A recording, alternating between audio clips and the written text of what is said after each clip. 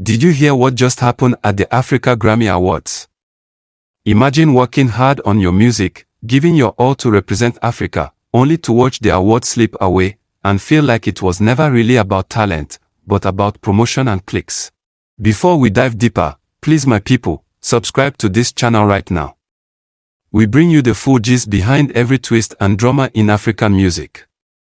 The news has left fans in disbelief. Tyler walked away with the Africa Grammy, while other African artists who poured blood, sweat, and soul into their music, including Davido, Bonaboy, and Wiskid, went home empty-handed. Social media was on fire instantly, with fans questioning everything. Why did Tyler win? Why were Davido, Bonaboy, and Wiskid left out? At first, many thought it was just another award show controversy. But as the discussion grew, a pattern emerged. It wasn't just about who deserved it or who didn't.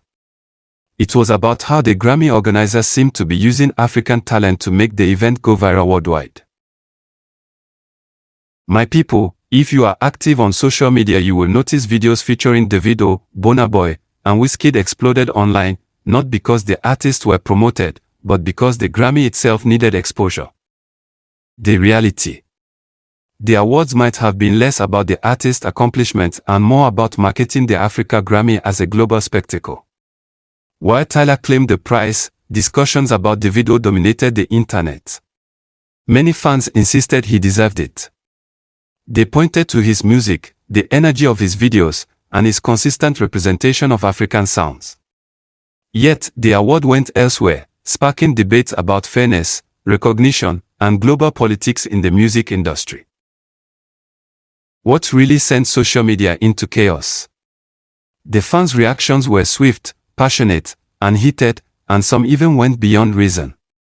Once the results were announced, posts, tweets, and comment threads became battlegrounds. People weren't just talking about Tyler winning, they were dissecting the reasons why Davido, Bonaboy, and Wizkid didn't take the prize. Many argued it wasn't because of talent, it was about visibility, marketing, and the global reach of certain artists over others. My people, we all know say organizers used Davido, Bonaboy, and Wizkid as tools to make the Africa Grammy trend, generating views and engagement while ignoring the real African hits that dominated the continent. The award itself, some say, was a performance of spectacle rather than recognition of music that resonates with African audiences. Some fans reminded everyone that music is not just about international reach. But true talk, the music has to speak to Africa, not just the US, China, or Europe. And when you measure African impact alone, it was clear that Davido, Bonaboy, and Wizkid's contributions were monumental, but the Grammy didn't reflect that. Anger and frustration soon spilled into comment sections. Some accused fellow African artists of dividing their own fans, while others blamed the organizers for creating unnecessary competition. The online discussion quickly became a reflection of larger frustrations about African representation on global stages. Now, let's get into the part nobody is openly talking about: politics, influence, and strategy behind awards. Behind the glitz and glamour, awards are never purely about music. Many observers noted that Tyler's victory was boosted by international engagement, strategic promotion, and views outside of Africa. Meanwhile, artists who were deeply loved across Africa, like Davido, Bonaboy, and Wizkid, were overshadowed. Fans noticed patterns. Videos uploaded by African artists were being used to hype the Grammy, inviting attention to the event rather than celebrating the artists themselves. The award show became a tool, a platform to increase reach rather than a fair competition based on talent or impact. Commentators also highlighted that African music has its own vibe, distinct rhythms, and so. A song that dominates the continent may not align with global tastes, but that doesn't make it any less deserving. You can't judge Africa by American metrics, one viral post read. Yet, the Grammy's choices suggested that global popularity was a major deciding factor. This debate sparked even more controversy. Fans argued that African organizers needed to prioritize artists who genuinely represent the continent's music culture rather than those who appeal to international audiences alone.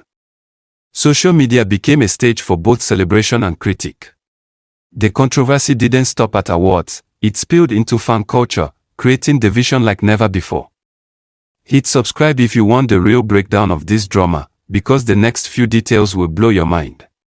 Fans split into camps, some defending Tyler, others rallying for Davido, Bonaboy, and Wiskid. Some argued that Nigerian artists are always underappreciated, their influence used to make award shows viral, but their recognition delayed or denied. Others took the debate further, highlighting that fan anger itself was being manipulated to increase engagement and visibility for the Grammy. Arguments got personal. Social media threads showed people blaming each other for not supporting their favorite stars enough. Some said Nigerians are too divided, and that this very division prevented the country from winning more awards. If we united our fans behind Davido, Bonaboy, and Wizkid, maybe the results would be different, one fan posted.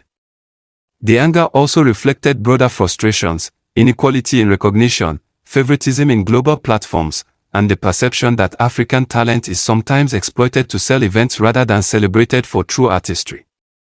Despite the award results, one thing remains undeniable: African music has power, soul, and an influence that cannot be silenced. Before we wrap this up, subscribe to the channel. We keep you ahead of every African music controversy, every award drama, and every viral moment. Critics may argue about the award, but African fans know the real value of music that resonates with their culture. Davido, Bonaboy, Wizkid, and countless other Nigerian artists have built their careers on connecting deeply with African audiences, closing stadiums, and producing music that defines the continent's vibe. Even if the Grammy didn't fully recognize them, their influence is unstoppable. Every beat, every rhythm, every African-inspired video reaches millions, keeps fans engaged, and inspires the next generation of artists. So while the award may have gone elsewhere, the conversation it sparked revealed the truth: African music is powerful, African artists are resilient, and fans won't stay silent when their favorites are overlooked. The lesson: awards can be political, views can be strategic, and recognition may come late, but Africa will always know who truly brings the heat. Thank you for watching. Like this video, comment your thoughts, and subscribe if you want more spicy African music gossip. See you next time for another deep dive into the stories that define our music culture.